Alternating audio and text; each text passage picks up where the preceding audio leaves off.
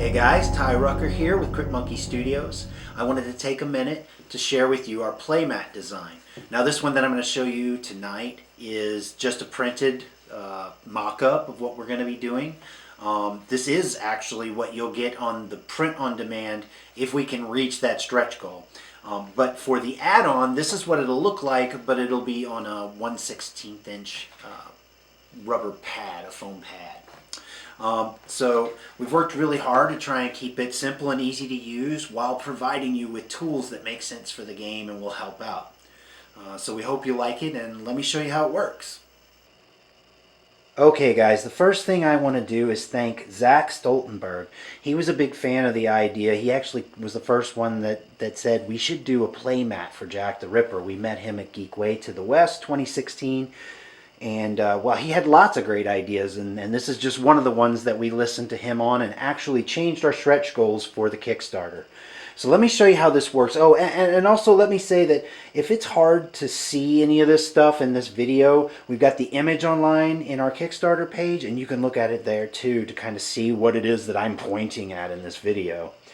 Okay, so at this point in the game, we've handed out our character cards. They've been handed out and we've all got them, right?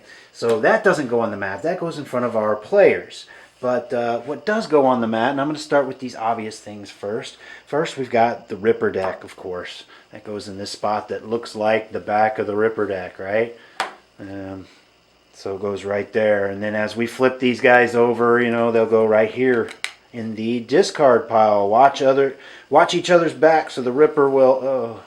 Well, anyway, there you go. So the next thing we have on here that's also obvious is we have the item deck. Now the item deck, of course, everybody will be drawing from. It should be in the middle of the table, but this kind of shows you a good way to lay it out. The discard pile, again, is right next to it. So as we go through the deck, we can discard it out. We've got this little spot where the cards are supposed to go. So there you go. There's our place for both the Ripper deck and the item deck and their discard piles. Alright, so now let's start to move out to the little bit less obvious.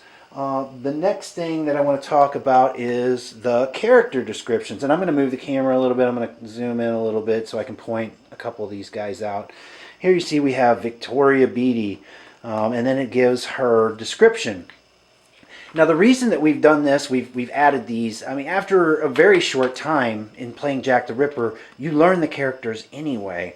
But this is going to be really nice for when people are still just learning the game, you know, in those first 2 or 3 times of playing the game, so that they can sort of jump into bluffing right away. If you're Jack the Ripper and you're trying to pretend that you're Clement Morgan, well, he's right there and you don't have to try and remember a name that you never knew. It's right there in front of you on the mat. So that's pretty cool. The next thing that I'd like to talk about is right below these character descriptions and on the ends as well are the life counters that we've added to this playmat.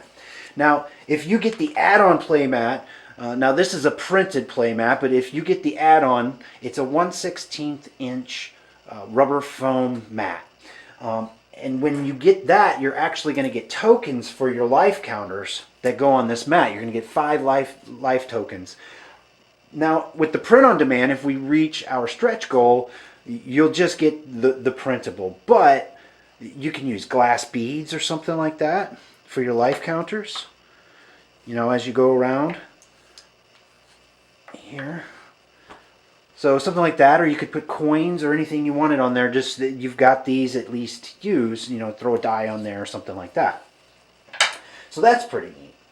The next thing I want to talk about is the Ripper event markers. You see I've already got a glass bead here, so you can do that as well. If you get the print on demand later, then you can use that as your marker for the Ripper event. If you use the add-on pad for the Kickstarter, then we're actually going to have a token that goes in these spots for you. Now, for those of you that don't know, what this spot's going to do is sometimes it gets a little bit confusing trying to remember who was last in the game. So if you have this marker here, you know that after this person's turn is done, that a Ripper event is going to occur, and we're going to flip over another one of these Ripper events. So that's pretty cool too. So we've got all the basic tools you need to play the game on this playmat. It's pretty cool. So I hope you like it. And if you have any questions or comments, we love talking about the game. We love talking about different ways of playing the game. Don't hesitate to ask any questions or tell us your thoughts. And if you haven't backed us yet, then I hope you will. Thanks, and we'll talk to you again soon.